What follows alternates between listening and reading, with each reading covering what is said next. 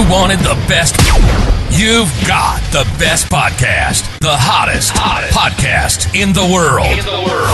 The Chris Voss Show, the preeminent podcast with guests so smart you may experience serious brain bleed. The CEOs, authors, thought leaders, visionaries, and motivators.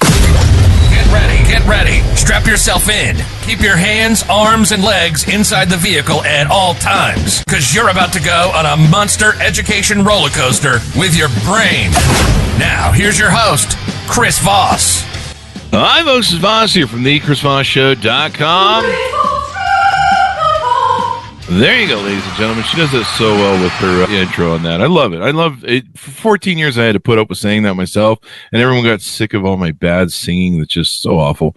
And so now it just sounds so professional when she does it. Welcome to the show, my friends, relatives, neighbors, all that good stuff. And welcome to our new audience. We've been doing this for 15 years, and somehow all you guys set out with New Year's resolutions to listen to the Chris Voss Show, and the show's up 300%. Which is hard to do when you have millions of downloads. It's like, I never thought I'd see us do 300% in a month. But evidently you like us, or somebody likes us. Thank you. Refer the show to your family, friends, and relatives. If you're new, go to goodreads.com/Chris Voss, linkedin.com/Chris Voss, Chris Voss 1 on the TikTokity, and Chris Voss Facebook.com. We have an amazing author on the show. He's the author of a 2-book series out now. This is his second book that's coming out that's burning hot off the charts. It's called Dark Arena. A Frenchman novel, part of the Frenchman series, book 2 of 2, comes out February 27th, 2024. Jack Beaumont is on the show with us today. He'll be talking to us about his latest book and all the cool stuff that went into it. Jack Beaumont he joined the French Air Force in his late teens, trained as a fighter pilot on the Mirage 2000-5 or -5 single-seaters for air-to-air combat, was deployed in various conflicts. After being injured in a flying accident, he subsequently flew clandestine missions for French Special Forces and intelligence services before joining the DGSE, where he has carried out clandestine operations in the field under false identities. He has since retired from the DGSE and is married with children. Welcome to the show, Jack. How are you? Good, thank you. Thanks for having me. Thanks for coming. Do I have the pronunciation of your last name correct? What, Beaumont? Yes. Yeah. There you go. Want to make sure we nailed that. Welcome to the show. Congratulations on the new book. Give us your .com so people can find you on the interwebs. You can find me especially on Instagram or with the Jack Beaumont _official. And other than that, I mean, the book is on Amazon, Goodreads, everywhere. There you go. So the book, The Frenchman, was a huge hit in the first book in the series and very popular.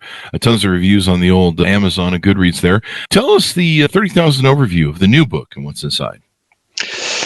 So the new book actually takes the same characters as the first book, but it's a different mission, different story. And it's very much actual because it's related to what happened between Russia and Ukraine and all the gas battle on the Med Sea at the moment, which leads back to the situation between Russia and Ukraine.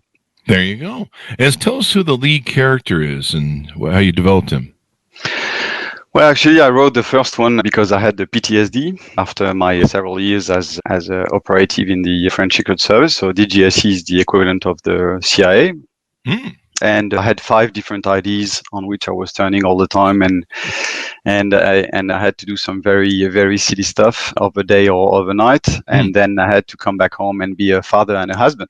Yeah, which is the hard part, which is not like Jason Bourne or James Bond. So I wanted to write about this and to get rid of my PTSD. So I started to write the book thinking that it was not going to be published and that no one would really care about it. And so basically the main character is based on my real life. Wow. So the main character is called Alec and he's married with 2 kids. And what I really wanted to express in the book is those feelings of being in clandestine operations under false identities, waking up a guy with a gun on his forehead, and then you come back home and you have to be a father and a husband and go and buy the milk. Take out the garbage. That's sort of the it's probably quite the headspin. I mean, especially having 5 identities. It's wild. Yeah. I have 5 identities, but they're mostly personalities. One says kill, kill, kill all the time. Judge says I can't use that anymore. But yeah, mine are personalities instead of identities. So they're still working through it, though. The psychiatrist will figure it out. So give us a little bit of background more on you. How did you grow up? How did you get into the spy craft? Well, I think actually I saw the other day a TV show about John Le Carre, John Le Carre, the famous spy author. And he was saying in the interview that he thinks he became a spy when he was a kid. I think it's roughly the same for me. So I grew up in a very old traditional French family. So my great-grandfather was one of the main generals of Napoleon, and my grandfather was one of the only few Free French forces who made the D-Day in Normandy with the American forces. Oh, wow. And who was the first Frenchman to enter the Eagle Nest in Berchtesgaden in the house of Hitler. Oh, wow. So I was raised in this very traditional old family with this lineage, coming from my ancestors. And my parents were heavily fighting. Their couple was not very successful. So they were heavily fighting, and mom tried to suicide a few times, this kind of stuff. So the childhood was a bit traumatic. Oh, wow. And so I guess to save myself and preserve myself, I quickly had to go in intelligence and anticipate their moves before it did happen. So it was the only way I could survive. And then I registered myself in a boarding school when I was 15 without telling them, because it was the only way I could escape home. And then after the boarding school, I joined the military at 18 after doing some mathematics and physics engineering, and became one of the youngest fighter pilots in the French Air Force, flying single-seaters for dogfight. And then I did this for a few years, 10 years. Then I had a flying accident. I injured my back. I couldn't eject, so I crashed with the plane. It was in a training, so the crash was a bit intense, and it took the firemen a bit more than 2 hours to take me out of the canopy. Wow. Yeah, I was very lucky. So I had all the left side broken, I was knocked out and everything. And then I was retrained as a military pilot for special forces / intelligence, but I didn't know it yet. So I was sent in the Balkans, and I did the hunt of the Serbian war criminals for 2 years. There you go. And it was good fun, flying lower than the trees by night with night vision goggles, landing on roads, on fields, this kind of stuff. Wow. And then actually the guys I was carrying in the back, some of them were DGSE, so French CIA, and became mates. And then I had a survival training in high altitude mountain to go and do the same for bin Laden in Afghanistan at that time. And one of my discs popped out again in the spine. So I had a second surgery in the back. And I've lost my medical ability to fly in the military. And I didn't want to go, and no offense to commercial pilots, I didn't want to go and fly a bus after being a fighter pilot and special forces. And one of my mates from DGSE said, why don't you try to join us? And so I did the test, I was selected, joined, and internally selected to be on the field as an operative. But I guess that the mindset you need to do this kind of job came clearly from my... There you go. Well, it's interesting how the arc of our childhood shapes the arc of our life. There you go. So it sounds like you did some James Bondish sort of stuff where you were working different identities and being into script, and probably, I guess, like the CIA does, develop different other spies and targets or counter spies and all that sort of stuff. Yeah, absolutely. Well, first, in the French Secret Service, you replace the Aston Martin of James Bond by a Peugeot. But except from that, it's very much so. You have different identities. The idea is to, of course, do some human intelligence and recruit some person of interest and grab what they have in their mind. The way you do it, the manipulation. So you have to manipulate people, as you know, and the way you manipulate is through what we call the MICE. So MICE. So they are the 4 leverages to manipulate someone. M is for money, I is for ideology, C is for coercion, and E is for ego. Each time you do the environment of someone and being like a ghost around this person, entering this person's house, his life, his wife, kids, everything, then you will detect the mice.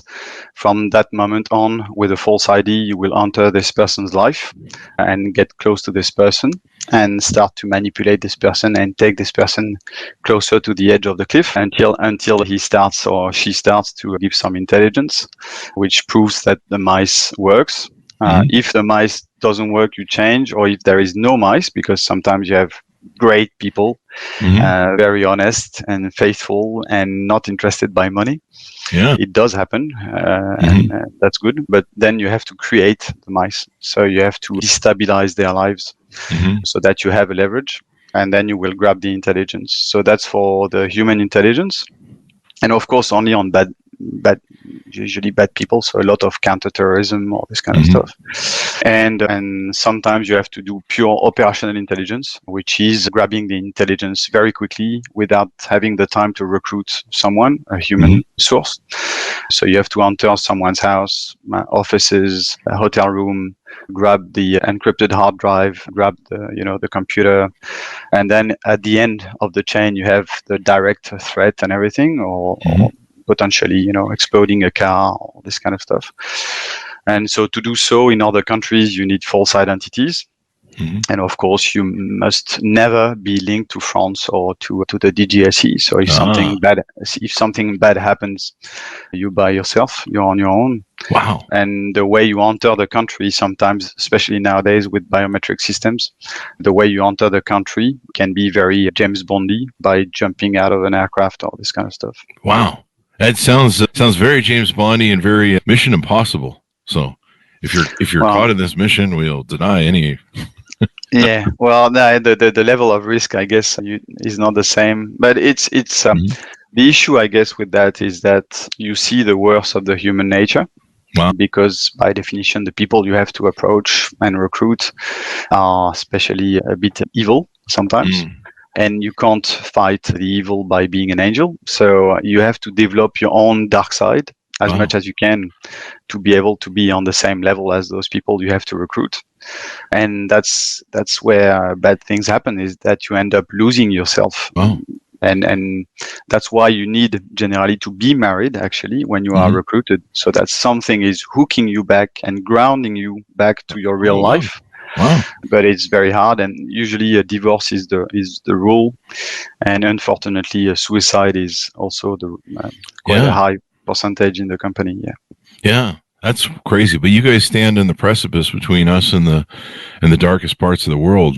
Sometimes we don't even hear about how you guys stand in between things and change the course of history. They did a test on me to see if that mice worked and money and all that stuff. None of it worked. It worked? They call it the T. Tacos. No. Tacos. I can be bribed with tacos to do anything. Yeah. So I have to be very careful. There you go. There's a lot of Mexican spies that infiltrate me. So there's that. Yeah. So this all translates into how you've written the books, shaped them, the characterization of the people in them, and of course, probably, different plot lines. How the guns work, how all the different aspects of the spycraft trade works. What tell us more about some of the players that are in the new novel. Players, you mean in the character side of the book, or the good, the bad, and the uglies? Okay, yeah. Well, actually, you know what? It's very funny that you say that. The title I wanted, the working title I had for Dark Arena, was The Good, the Bad, and Zelensky. There you go, Bill Zelensky. There you go. So is Putin and Zelensky characters in this book then? Yeah. Given the current war and stuff that's going on. There you go. Yeah.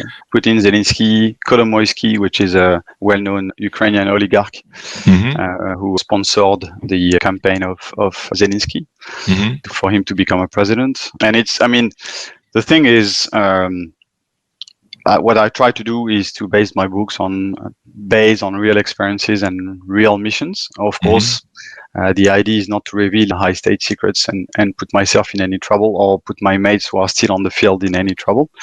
So that's absolutely not the case. And clearly that's why it's a novel and it's not an autobiography in any sort, in any kind. But basically what I do is I mix a few experiences in different missions. Basically the Frenchman is based on, let's say, 3-4 real experiences, missions. And I did personally a bit more than 100. Different missions. You got a lot of books in you. Well, except that the methodology we use is kind of always the same. So I don't want it to be, boring for the readers. So I guess I've got a few books more, but I clearly can't write 100. Otherwise, it's going to be the same kind of, spycraft and everything. So the first one is more about bacteriological weapons. In Pakistan, and the relationship, of course, with the neighbor countries, and with the main terrorist plot to poison some water supplies of a massive city. Oh wow! And which was a real threat, actually. And in the second book, it's more about the gas battle with Nord Stream 1, Nord Stream 2, East Med gas pipeline, Turkey Stream. So who is feeding Europe in gas, and why all those guys are fighting? Libya, Syria, Israel, Lebanon, Gaza Strip, Cyprus, Greece, Ukraine, Russia, you name it, and Europe, and of course US are very involved to export their liquefied gas. So it's all this, geopolitical situation in which you have the spy plot. And then what I try to do is to put the real techniques, because you were talking about the gun. Actually, you really hope that you won't have to use a gun if you do well your job. Normally, you are meant to be someone else. If you take a gun out, it means you are a spy. Yeah, it would be a giveaway, wouldn't it? So we communicate, like, for example, in clandestine communication, we communicate with little stickers that we stick in different places, which they mean different things. All those spycraft, how you check if you're followed, how you drop the tail, all this kind of stuff, and of course a bit of action, because there is a bit of action in the real job. Yeah. Definitely. And you've seen it. How does your portrayal of espionage differ from the common, this Hollywood narrative that we have over here for spy stories? Well, the real espionage is, first of all, as I was saying, 90% of us are married with kids, because that's sign of mental stability.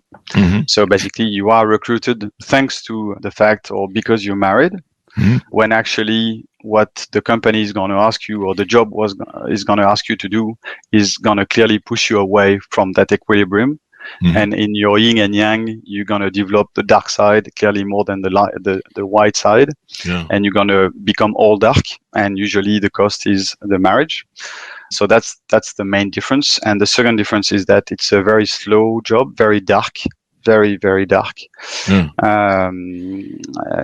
have to befriend some people who are really evil. In the first book, there is the bad guy, and I really met him. And to give you an idea, I was trying to create the empathy, with him. The drill, and with your background. And I was trying to create the empathy. And I said, you have kids, and you're married and everything. And he looked at me and he went like, with what I intend to do of the world, I prefer not to have kids. Wow. And he was the top boss of the bacteriological weapon of his country. Country. Yeah, he just wanted to, destroy the whole world, basically. Oh, watch the world burn. Yeah. And so you have to face this kind of people. There is a lot of observation, following people, observing, putting some mics, putting cameras, following the wife, following the kids, following the mistress, following and everything, So it's much slower. And you have to plan ahead everything. It's not like, in James Bond, or you just decide at the last moment, I'm going to do this and it's going to work. Yeah, it suddenly works. Yeah. You need to plan all the what if, what if this happened? What if this happened? What if this happened? You have to be ready for any kind of situation. You have to be prepared. Yeah, I can see that. Yeah, Hollywood has to create a movie and cram it into 2 hours. And sometimes you see stuff that, like, sometimes the James Bond thing, it's a little too fantastical. Like, are you serious? But I sold the rights of the Frenchman, the first one, to the sons of John Le Carre, actually.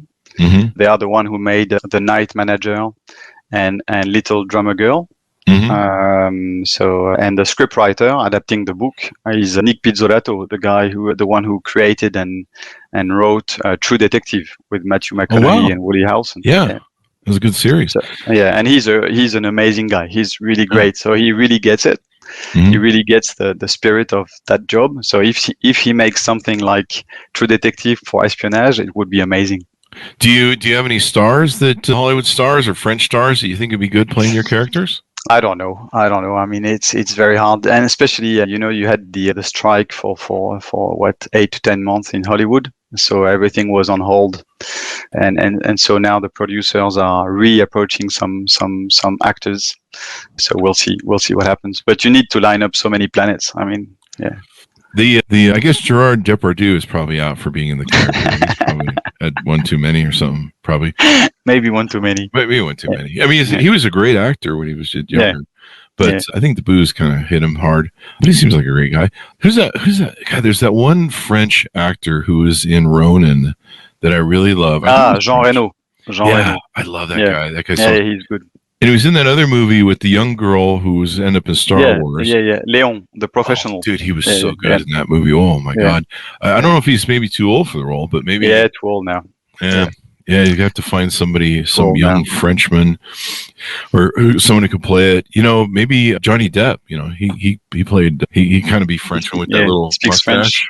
With that, look, I don't have any. We don't have a baguette and a mustache each time you see a French person.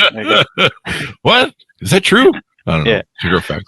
So there you go. Let's see. What other questions I have for you? What are your favorite spy novels, authors, or books, and how they maybe influenced your writing? So I guess it's clearly John le Carré. I mean, John le Carré for me is like the spy who come from the cold, Tinker Tailor Soldier Spy. That's real espionage, and that's very deep. Then you have Frederick Forsyth, The Day of the Jackal. This kind of books are really good, and I really loved I Am Pilgrim from I think it's Terry Hayes. I Am Pilgrim is really, really good. It's quite not a recent one, and I read some Jack Carrs as well, of course. But yeah, I don't know if Gary Oldman is French, but he could probably pull off French. He's a hell of an actor. Yeah. He's fantastic, but he's in Slow Horses, the TV series Slow Horses. Yeah, but he might be too old as well. Yeah. We gotta find some young French guys for this movie because I'd love to see it. I think it'd be great, and I love realism in movies. And to me, I think it makes them better. Like you can always tell when they're using like a montage or some sort of thing. They're stalling for time. You're like, you didn't have a script for this part, did you? But I like movies like Ronin's like one of my favorite Ronin movies. is really good. It's such a great movie, and you don't see anything coming. It's really hard to tell. This is one of my. I could watch Ronin. I think I'd probably watch it like 100 freaking times. Like I just love that movie, and then of course it's all over the place in different places in Europe, which gives it that real spy feel. To me, it doesn't feel. Maybe I'm just James Bond spoiled, but it just doesn't feel very spy-y in America, like Europe. And stuff that feels very spy. It feels very, where I grew up with the Cold War and the spycraft that went on with all that stuff. Anything more you want to tease out about the book? What's inside of it for readers? Well, I think it's a real dive into the real world of espionage, as you just said. It's and of course you have it's an enjoyable moment, and you can just read it as a spy novel, and it's still entertaining.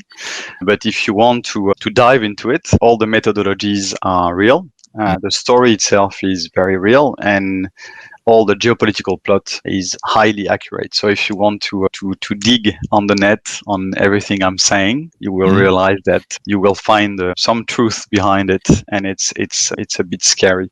Actually. There you go. That'll keep you up at night. Are you started work on the third book in the series yet, or what's your plan? Yes, sir. Yeah, absolutely. I'm writing it. It's the topic of the third book is basically a cyber attack from China. There you go. So I hope that the computer of the screen won't shut down now because of what I just said. But I also had some issues when I wrote Dark Arena, the second one. I started writing it like maybe 3 years ago, and it was about so this gas battle on the Med Sea, and then the situation Russia Ukraine, and then my ending was Putin invading Ukraine, and then it did happen. So the publisher calls me and say, "Well, you have to change. You have to change the ending. So it's your fault. You have to write a new ending." Okay, so I wrote a new ending, which was almost 1 year ago, and I don't want to spoil. It's not like ending of the book, but globally, generally speaking, the new ending I wrote is a planned attack on Israel set up by Russian services using the Hamas and Hezbollah as the front. Oh, wow. And then the book was printed, and it did happen. So Wow. I might end up with a bullet in my back at some point, but so I'll try not to do the same for book 3. I'm gonna be like in The Simpsons, everything I write. Everything you write comes true. Yeah, it comes true. Oh, scary. Yeah. I'm going to read your books just to find out how it all turns out, because I'm always wondering about all the stuff that's going on right now. Yeah.